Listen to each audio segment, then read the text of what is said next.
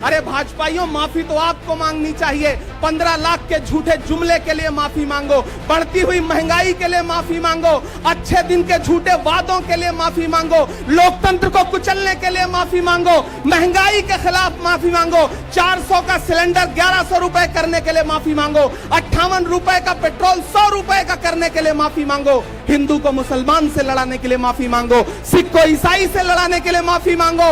माफी तो तुम मांगो। उन्होंने पूछा कि 20,000 करोड़ रुपया कहां से आया अडानी की कंपनियों में। उन्होंने पूछा कि नीरव मोदी ने, ललित मोदी ने, मेहुल चौकसी ने जो इस देश को लूटा है, उसका जवाब प्रधानमंत्री जी को देना पड़ेगा। अगर प्रधानमंत्री जी इतना कहने से आप राहुल गांधी जी की सदस्यता ले लेंगे तो हम तमाम सांसद तैयार हैं। ले लीजिए हमारी सदस्यता, लेकिन हम रुकने वाले नहीं हैं, हम झुकने वाले नहीं हैं। प्रधानमंत्री जी, मैं आपसे पूछना चाहता हूं कि जब दोहा में, शंघाई में, कैलिफोर्निया में, अमेरिका में खड़े होकर के आप कह रहे थे कि भारत तो सपेरों का देश है, भारत में पैदा होना तो पाप है, प्रधानमंत्री जी माफी तो आपको मांगनी चाहिए। हमने सहराओं में हासिल किया आसानी से, तुम समंदर में भी रहकर न मिले पानी से। ये सियासत के दिए सबके हवाले न करो, मुल्क बिक जाता है एक शख्स की नादानी से। इस शख्स की नादानी से देश बिक रहा है, लोकतंत्र मटिया मेट हो रहा है, संविधान को कुचला जा रहा। आदरणीय कांग्रेस अध्यक्ष श्री मल्लिकार्जुन खड़गे जी, आदरणीय दीदी प्रियंका गांधी जी, केसी वेणुगोपाल जी और कांग्रेस पार्टी के तमाम वरिष्ठ नेतागण, कहा गया है सुना गया है कोई न बोले, कहा गया है सुना गया है कोई न बोले, ज़बां दराजों को मशवरा है कोई न बोले, अजीब लुकनत पसंद हाकिम से वास्ता है, अजीब लुकनत पसंद हाकिम से वास्ता है, जो चाहता है, जो सोचता है, कोई न बोले। हमारी दाईं तरफ इस सदी का सबसे बड़ा फकीर सोया हुआ है। मैं उनकी समाधि से बिल्कुल करीब खड़ा होकर के संकल्प सत्याग्रह में मेरी आंखों के सामने तपती दोपहरी में बड़ी तादाद में मौजूद कांग्रेस पार्टी के सिपाहियों को सलाम करता हूं। नवरात्रि चल रही है, रमजान चल रहा है, मैं रोजे की हालत में हूं। आप तमाम साथी ऐसे होंगे जिन्होंने नवरात्रि के व्रत रखे होंगे, और इस पवित्र सप्ताह के बीच में हम खड़े हैं एक हाकिम की सनक के से उपजे हुए एक फैसले के खिलाफ।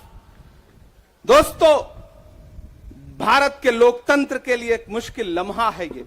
याद करिए, जब हाकिम की सनक की वजह से आप लाइनों में लग करके अपने पैसे बदलवाने के लिए बैंकों के साथियों से विनती कर रहे थे, चरौरी मिन्नत कर रहे थे, तब सबसे बड़ी आवाज बन के कौन बोल रहा था? राहुल गांधी। नतीजा क्या निकला? उनकी एसपीजी सुरक्षा वापस ले ली गई। याद करिए, जब गब्बर सिंह टैक्स लगा करके छोटे व्यापारियों को बर्बाद करने का सपना पाला था इस सरकार ने, तो सबसे मजबूत आवाज बन के कौन बोल रहा था? राहुल गांधी। नतीजा क्या निकला? हजारों करोड़ रुपए खर्च करके उनके पीछे ट्रोल आर्मी लगा दी गई। उनकी इमेज खराब करने के लिए जितने तरीके अपना सकती थी भारतीय जनता पार्टी, उसने अपनाया। याद करिए कि जब राफेल के मुद्दे पर, राफेल में हुई लूट के खिलाफ एक अकेला शख्स पूरे देश में खड़ा होकर के चौकीदार से पूछ रहा था कि आपकी चौकीदारी का सवाल है, बताइए सच्चाई क्या है, तब उनके पीछे 55 घंटे उन्हें ईडी के ऑफिस में बिठा करके पूछताछ की गई। मेरे भाई, उस शख्स ने क्या गुनाह किया? क्या कसूर है उनका? उनका कसूर इतना है कि जब देश में नफरतें सर चढ़ करके बोल रही थी, तो उस शख्स ने कहा कि मैं भारत जोड़ने के लिए अपने पैर के छालों की परवाह किए बगैर 4000 किलोमीटर चलूंगा। यह कसूर है राहुल गांधी का। यह कसूर है राहुल गांधी का कि वह एक शहीद पिता के बेटे हैं। यह कसूर है उनका। यह कसूर है उनका कि उनकी दादी ने इस देश की मिट्टी के लिए अपने खून का एक एक कतरा कुर्बान कर दिया। यह कसूर है उनका। आज भारतीय जनता पार्टी के लोग हाउस में खड़े होकर के, सदन शुरू होते ही 1 मिनट भी सदन नहीं शुरू हुआ रहता था, और खड़े होकर के राहुल गांधी माफी मांगो के नारे शुरू कर देते थे। किस बात की माफी? क्योंकि वो भारत जोड़ रहे हैं, वो लोकतंत्र को बचाने की बात कर रहे हैं। अरे भाजपाइयों, माफी तो आपको मांगनी चाहिए। 15 लाख के झूठे जुमले के लिए माफी मांगो, बढ़ती हुई महंगाई के लिए माफी मांगो, अच्छे दिन के झूठे वादों के लिए माफी मांगो, लोकतंत्र को कुचलने के लिए माफी मांगो, महंगाई के खिलाफ माफी मांगो, 400 का सिलेंडर 1100 रुपए करने के लिए माफी मांगो, 58 रुपए का पेट्रोल 100 रुपए का करने के लिए माफी मांगो, हिंदू को मुसलमान से लड़ाने के लिए माफी मांगो, सिख को ईसाई से लड़ाने के लिए माफी मांगो। माफी तो तुम मांगो।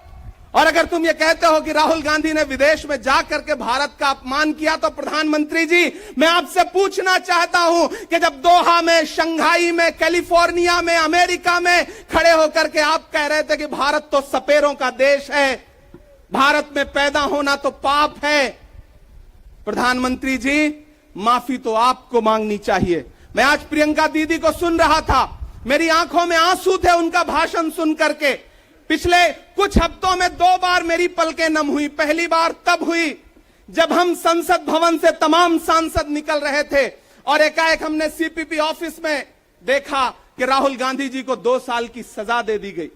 उन लम्हों में मेरी आंख में आंसू थे। मैं शायर हूं तो मैं भावुक हूं, शायद इसलिए मेरी आंखें नम हो जाती हैं ऐसे लम्हों में। आज जब प्रियंका जी बोल रही थी तो मैं उन्हें सुनकर के भी मैं नम हो गया। यह जुल्म है कि जुल्म को कहता हूं साफ जुल्म, यह जुल्म है कि जुल्म को कहता हूं साफ जुल्म। क्या जुल्म कर रहा हूं, मुझे मार दीजिए। जो जख्म बांटते हैं उन्हें जीस्त पे है हक, मैं फूल बांटता हूं, मुझे मार दीजिए। फिर उसके बाद हिंदुस्तान वालों, फिर उसके बाद शहर में नाचेगा हू का शोर, फिर उसके बाद शहर में नाचेगा हू का शोर। मैं आखिरी सदा हूं, मुझे मार दीजिए। मेरे भाई, इस देश के लोकतंत्र को बचाने के लिए जो सबसे बड़ी आवाज है इस देश के, उसको मारने की, उसको कुचलने की जो कोशिश है, उसके खिलाफ आपको खड़ा तो होना पड़ेगा, आपको बोलना तो पड़ेगा। मैं कभी कभी सोचता हूं कि जब मैं कभी समाधि पर जाऊं तो क्या मुंह दिखाऊंगा महात्मा गांधी को, मैं क्या मुंह दिखाऊंगा राजीव जी को, हम क्या मुंह दिखाएंगे इंदिरा जी को, कि उनके वारिस के साथ, उनके घर के चश्मो चिराग के साथ इस तरह की अपमानजनक बातें की जा रही हैं और देश खामोश बैठा है। सवाल आपसे है, सवाल यहां बैठे हुए लोगों से नहीं है, सवाल आपसे है जो आप कांग्रेस की मोहब्बत में यहां आए हुए। मैं आपको सलाम करता हूं, मैं जानता हूं आप राहुल गांधी जी से मोहब्बत करते हैं, कांग्रेस पार्टी से मोहब्बत करते हैं, प्रियंका दीदी के सम्मान में आए हुए हैं, खड़गे साहब के सम्मान में आए हुए हैं, मैं जानता हूं। वरना इस तपती दोपहरी में व्रत रख के, रोजा रख करके कौन परेशान होने के लिए आता। आपको मोहब्बत है पार्टी से, लेकिन नया पाने की चाहत में पुराना छूट जाता है। तुझे अपनाऊं तो मुझसे जमाना रूठ जाता है। मोहब्बत पढ़ने लिखने में बहुत आसान है, लेकिन मोहब्बत को निभाने में पसीना छूट जाता है। मैं जानता हूं कि आप पसीने के बीच भी, आप तपती दोपहरी के बीच भी यहां बैठे हैं। क्यों? क्योंकि आपके मन में पीड़ा है। आप देख रहे हैं कि लोकतंत्र को किस तरह से कुचला जा रहा है। मेरे भाई, ये एक मुश्किल वक्त है। मैं इस मंच पर खड़ा होकर के, गांधी समाधि के इस मंच पर खड़ा होकर के पूरे देश का आह्वान करता हूं कि अब समय राहुल गांधी के सत्याग्रह का नहीं है। अब राहुल गांधी जी से आगे बढ़ करके देश के एक एक व्यक्ति के ऊपर बात आ गई है। एक ऐसी आवाज जो आपके लिए संसद में बोल रही थी, कसूर क्या था? उन्होंने प्रधानमंत्री जी के भ्रष्टाचारी मित्रों के खिलाफ आवाज उठाई। उन्होंने पूछा कि 20,000 करोड़ रुपया कहां से आया अडानी की कंपनियों में। उन्होंने पूछा कि नीरव मोदी ने, ललित मोदी ने, मेहुल चौकसी ने जो इस देश को लूटा है, उसका जवाब प्रधानमंत्री जी को देना पड़ेगा। अगर प्रधानमंत्री जी इतना कहने से आप राहुल गांधी जी की सदस्यता ले लेंगे तो हम तमाम सांसद तैयार हैं। ले लीजिए हमारी सदस्यता, लेकिन हम रुकने वाले नहीं हैं, हम झुकने वाले नहीं हैं। हम मुसलसल बोलते रहेंगे। मैं हिंदुस्तान के लोगों से कहना चाहता हूं कि हमने सहराओं में हासिल किया आसानी से, तुम समंदर में भी रहकर न मिले पानी से। ये सियासत के दिए सबके हवाले न करो, मुल्क बिक जाता है एक शख्स की नादानी से। इस शख्स की नादानी से देश बिक रहा है, लोकतंत्र मटिया मेट हो रहा है, संविधान को कुचला जा रहा है। और वो आखिरी सदा जो 7 फरवरी को गूंजी थी पार्लियामेंट में, उसको भी खामोश करने के लिए उसे संसद से निकाल दिया गया है। मैं देश से कहना चाहता हूं कि उन्होंने राहुल गांधी जी को संसद से निकाल दिया है।